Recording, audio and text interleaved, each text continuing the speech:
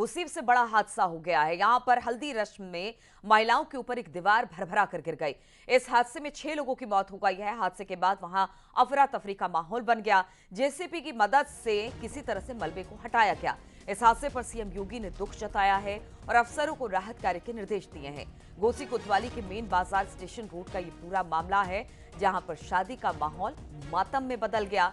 मऊ में यह हादसा हुआ है, जहां पर हल्दी की रस्म चल रही थी। महिलाओं के ऊपर एक दीवार अचानक भरभरा कर गिर गई। हादसे में 6 की मौत बताई जा रही है।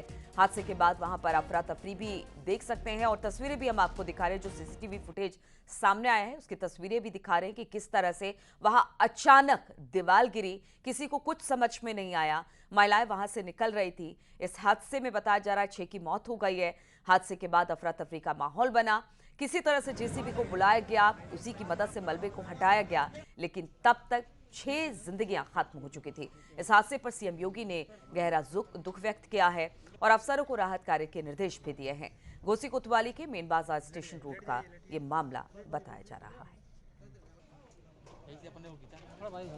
तो तस्वीरें हम आपको दिखा रहे हैं किस तरह से शादी का माहौल था और शादी के माहौल के बाद वहां पर मातम का माहौल हो गया।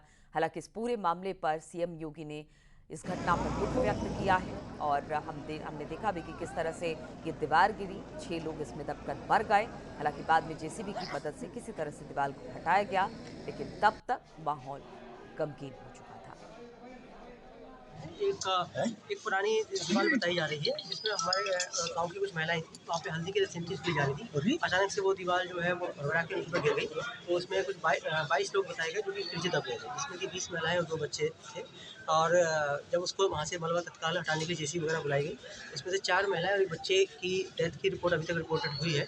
और बाकी जो जितने भी घायल हैं उन सभी को यहाँ जिला अस्पताल में, फातिमा अस्पताल में, प्रकाश अस्पताल में भर्ती कराया गया है। इसी पर बातचीत करने के लिए अभिषेक हमारे साथ, हमारे संवाददाता जुड़ गए फोन लाइन पर। अभिषेक, ये हादसा हुआ कैसे? क्योंकि लोग वहां से गली से निकल रहे हैं, बारात निकल रही है, हंसी खुशी का माहौल है वहां पर, लेकिन अचानक ये दीवार गिर जाती है और बिल्कुल शादी मातम में बदल गई इस हादसे के बाद। जी बिल्कुल, देखिए घोसी कोतवाली थाना क्षेत्र का मेन बाजार का ये पूरा मामला है, जहाँ पर खुशी हल्दी के रस्म में पूरा परिवार और मोहल्ले वाले लगे हुए थे और ढोल नगाड़ों के साथ पूरी माहौल चल रहा था। लेकिन जैसे ही रस्म खत्म करके लोग अपने घर के जा रहे थे, तभी गली में 5 फीट का रास्ता था, उसी में ये हादसा हुआ है, जहाँ पे ये साफ सीसीटीवी फुटेज में देखा जा रहा है कि महिलाएं जो दीवार के बगल में एक बालू रखा हुआ था और उसके बाद बालू के ऊपर चढ़ी हुई थी। बालू पे धक्के लगने के बाद ये हादसा हुआ है और धक्के के लगने के बाद पूरी दीवार महिलाओं के ऊपर गिर गया। ये सीसीटीवी फुटेज सामने आने के बाद अधिकारियों ने जांच पड़ताल शुरू कर दी है, लेकिन न्यूज 18 के पास ये पहला वीडियो लगा है जो हादसे का आया है और इसमें 6 लोगों की मौत हो गई है, जिसमें 2 बच्चे हैं और 4 महिलाएं हैं। सभी को जिला अस्पताल में भर्ती कराया गया, 23 लोगों को। और इसके बाद उपचार अभिषेक, क्या ये नई दीवार बनी थी क्या? क्योंकि ये तो दिख रहा है कि क्वार्टर है, घर है यहाँ पर। जी बिल्कुल, देखिए नई पुरानी ये दीवार थी। जिलाधिकारी ने भी साफ कर दिया कि पुरानी दीवार थी। हाँ। और जो वहाँ पे मोरम रखे थे, बालू रखे थे, उसको लेकर ये हादसा हुआ। उस पर दबाव बना, उसके ऊपर महिलाएं, बच्चे और चढ़े हुए थे। लोगों की काफी भीड़ थी, लोग नहीं समझ पाए कि ये हादसा हो सकता है। बगल में लोग जैसे ही निकलना शुरू हुए, जाना शुरू हुए, तभी दीवार धक्के की वजह से, प्रेशर की वजह से उनके ऊपर गिरी है। लेकिन इस मामले में जिलाधिकारी ने जांच के आदेश दे दिए हैं और देखा जा रहा है कि क्या इस बिल्डिंग की कोई जो दीवार थी इस पर कोई आदेश हुआ था बनाने का या किस तरह का था। टाउन एरिया है जहाँ पे इस तरह का हादसा हुआ है, तो कहीं ना कहीं सवाल खड़े हो रहे हैं। लेकिन बिल्कुल सवाल खड़े हो रहे हैं। डीएम ने जांच के आदेश दे दिए गए हैं, लेकिन उस परिवार का सोचिए जहां पर खुशी का माहौल था, अब वो माहौल मातम में बदल गया। बहुत बहुत शुक्रिया आपका अभिषेक, जानकारी देने के लिए। और संभल से खबर, जहां पर एक मेंथा फैक्ट्री के मालिक ने दूसरे फैक्ट्री के मैनेजर को गोली मार दी। गंभीर हालत में मैनेजर को जिला अस्पताल रेफर कर दिया गया। फैक्ट्री मालिक से कुछ दिन पहले मैनेजर का विवाद हुआ था। मामले में पुलिस ने जांच शुरू कर दी है। चंदौसी कोतवाली का यह पूरा मामला बताया जा रहा है। थाना चंदौसी के मोहल्ला बिसौली गेट के रहने वाले हरिओम मिश्रा को उसके पड़ोसी द्वारा 4 दिन पूर्व हुए विवाद के कारण आज गोली मारकर घायल कर देने की सूचना प्राप्त हुई, जिस पर थाना पुलिस फील्ड यूनिट के साथ मौके पर पहुंची। निरीक्षण घटनास्थल किया गया। घायल को अस्पताल के लिए इलाज के लिए भेजा गया। जहां पर डॉक्टरों द्वारा उनकी स्थिति स्थिर बताई गई। परिजनों द्वारा लिखित तहरीर देते हुए अभियोग पंजीकृत कराया गया है। नोएडा में पुलिस की चोरी करने वाले गिरोह से मुठभेड़ हो गई और पुलिस की जवाबी कार्रवाई में एक बदमाश को गोली लगी। दूसरे बदमाश को घेराबंदी कर पुलिस ने दबोच लिया। सेक्टर 105 में मुठभेड़ हुई है। बदमाशों के पास से ऑटो और तमंचा समेत अन्य सामान बरामद किए गए। पकड़े गए बदमाश रेकी के बाद फ्लैटों में चोरी किया करते थे, लेकिन अब ये पुलिस के हत्थे चढ़ गए। आज सीएम योगी का गोरखपुर दौरा है। सुबह 11 बजे दिग्विजयनाथ पार्क में सामूहिक विवाह का कार्यक्रम रखा गया है। इस कार्यक्रम में सीएम योगी शिरकत करने वाले हैं। इसके बाद दोपहर 12 बजे झारखंडी में संकल्प यात्रा में सीएम योगी हिस्सा लेने वाले हैं। मुख्यमंत्री प्रधानमंत्री मोदी के वर्चुअल भाषण को भी यहां से सुनने वाले हैं। गोरखनाथ के साथ नथलपुर में सहकारी फेडरेशन भवन का सीएम आज लोकार्पण भी करेंगे।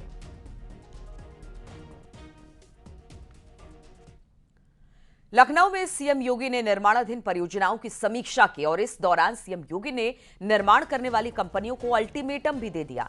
तय समय में देरी हुई तो कंपनियों पर पेनल्टी भी लगेगी। 3 बार से ज्यादा पेनल्टी अगर लगी तो फिर फॉर्म को ब्लैक लिस्टेड कर दिया जाएगा। एक साथ होगा 13 जिलों में मेडिकल कॉलेज का उद्घाटन। इस बात को भी मुख्यमंत्री योगी आदित्यनाथ ने कहा है और जहां जहां इस वक्त अब परियोजनाएं चल रही हैं, अगर उसमें किसी तरह की कोई हीला हवाली की गई तो फिर उन कंपनियों पर एक्शन लिया जाएगा।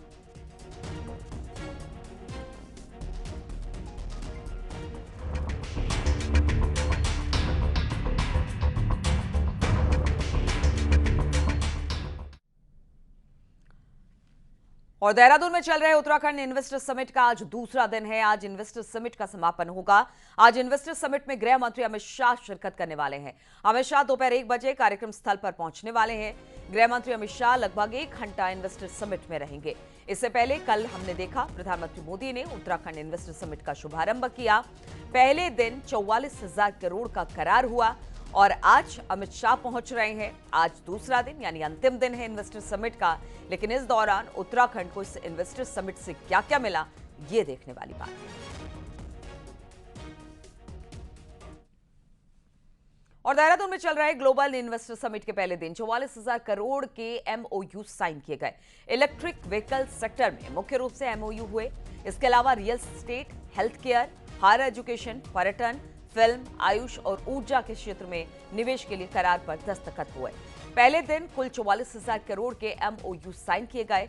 उत्तराखंड में film training institute and production research centre भी स्थापित होगा। इसके लिए जिंदल प्रोडक्शन और राज्य सरकार के बीच करार पर दस्तखत भी हुए हैं।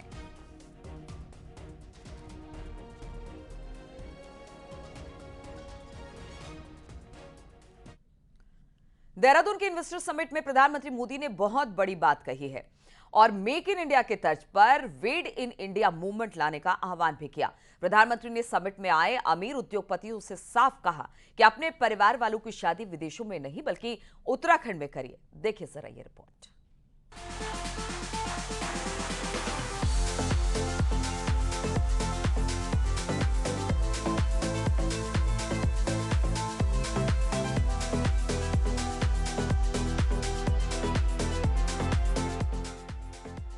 प्रधानमंत्री नरेंद्र मोदी ने वेड इन इंडिया यानी कि भारत में शादी करने की पहल करने की बात की है। पीएम मोदी ने पिछले कुछ सालों में भारत के बाहर दूसरे देशों में भी अमीर भारतीयों की शादियों का जिक्र किया। पीएम ने इसी के साथ बड़ी बात कही कि उत्तराखंड शादियों के लिए बड़ा डेस्टिनेशन बन सकता है।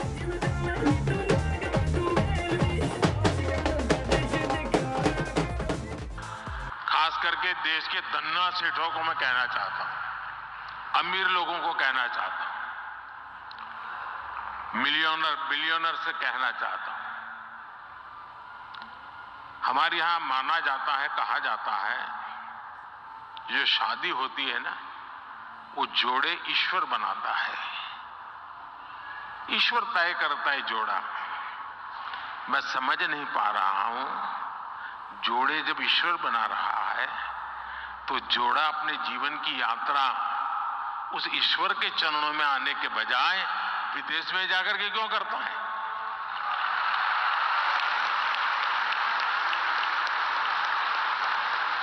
और मैं तो चाहता हूं मेरे देश के नौजवानों को मेक इन इंडिया जैसे है ना, वैसे ही एक मूवमेंट चलना चाहिए, मेड इन इंडिया। शादी हिंदुस्तान में करो। ये दुनिया के देशों में शादी कर ले, ये हमारे सारे धन्ना सेठ आजकल फैशन हो गई है। यहां कई लोग बैठे होंगे, अब नीचे देखते होंगे।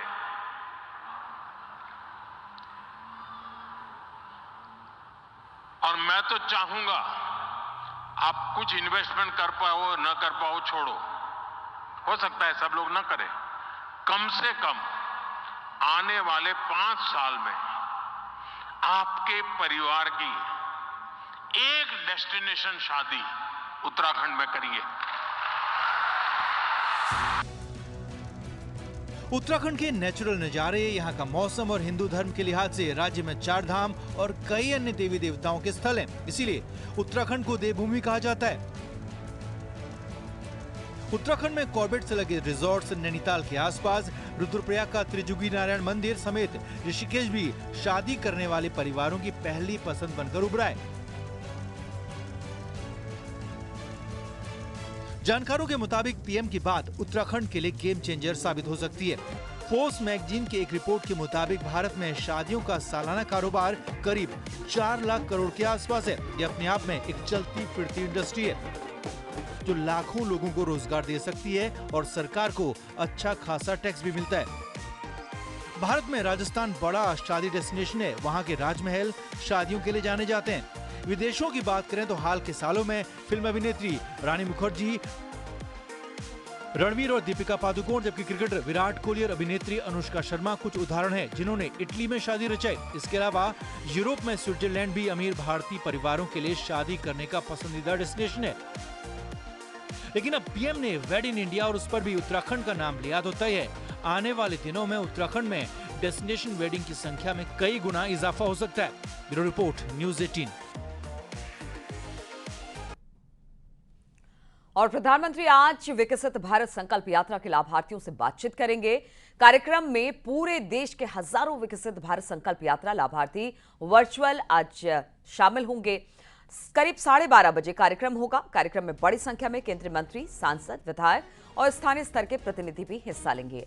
विकसित भारत संकल्प यात्रा पूरे देश में सरकार की प्रमुख योजनाओं के 100% पूरे करने के लक्ष्य के साथ शुरू की जा रही है, ताकि सभी लाभार्थियों तक समयबद्ध तरीके से इन योजनाओं का लाभ पहुंचाया जा सके।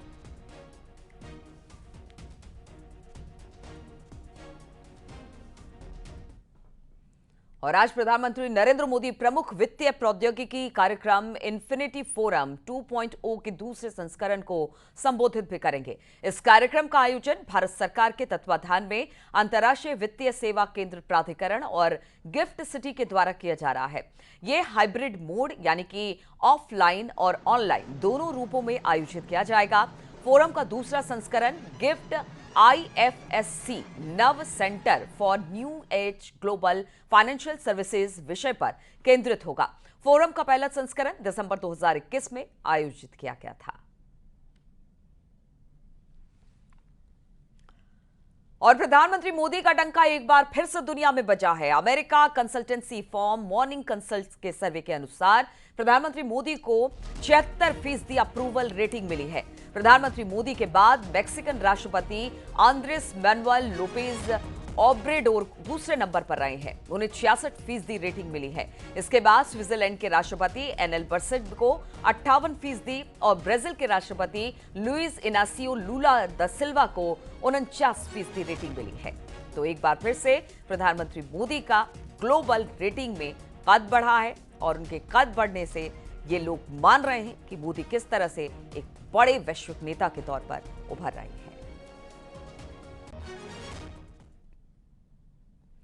आरएलडी की राज्य कार्यकारिणी की बैठक लखनऊ में होगी और इस बैठक में जयंत चौधरी भी शामिल होंगे। दोपहर को करीब 12 बजे से इस बैठक की जाएगी। लोकसभा चुनाव 2024 की तैयारियों को लेकर आरएलडी के प्रदेश कार्यकारिणी की ये बैठक हो रही है।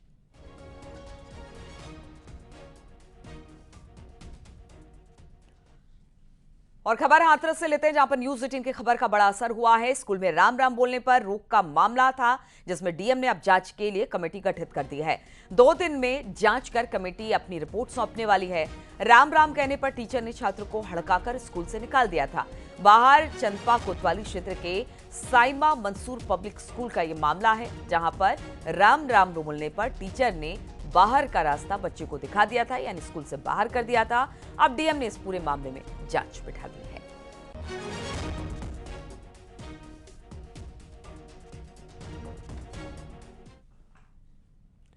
सोनभद्र में ताला तोड़कर 2 चोरों ने घर में चोरी की। घटना सेक्टर 3 की है। चोरी की करतूत सीसीटीवी कैमरे में कैद हो गई। पड़ोसी ने घर के मालिक को ताला टूटने की जानकारी दी। मौके पर पहुंचे मकान मालिक ने पुलिस को सूचना दी। चोर बाइक से लाखों के जेवर लेकर तब तक फरार हो चुका था। रात में ड्यूटी गए थे। हाँ, 5 गए थे 2 बजे। हाँ अरे 10 बजे, हाँ तो 10 बजे गए थे। जी। हाँ 10 से 6। 10 से 6, 10 बजे ड्यूटी है। क्या हुआ आपके घर में?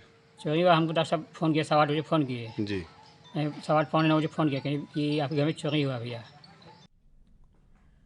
अमरोहा में विवादित जमीन पर बिना राजस्व विभाग के कर्मियों की मौजूदगी में कब्जा कराने पहुंचे 9 पुलिसकर्मियों को एसपी ने लाइन हाजिर कर दिया। लाइन हाजिर होने की लिस्ट में नगर कोतवाली में तैनात क्राइम इंस्पेक्टर, संबंधित चौकी इंचार्ज समेत सिपाहियों के नाम शामिल है। देर रात हुई इस कार्रवाई से पुलिस विभाग में हड़कंप मचा हुआ है। मामला कैलासा बाईपास रोड का है। जमीन को लेकर 2 पक्ष में विवाद है। बीते बुधवार को पुलिस टीम एक पक्ष का जमीन पर कब्जा दिलाने पहुंची थी। पुलिसकर्मियों ने राजस्व विभाग की टीम को मौके पर बुलाना मुनासिब नहीं समझा। इस दौरान दोनों पक्ष आमने सामने आ गए। मेरा प्रकरण इस तरह है कि मैंने एक अश्विनी सर्राफ से इस जगह को खरीदा, बैनामे से बैनामा कराया, और बैनामा कराने के बाद में मैंने उसकी बुनियादें और करा के मैं छोड़ आया उसको सन 2012 में।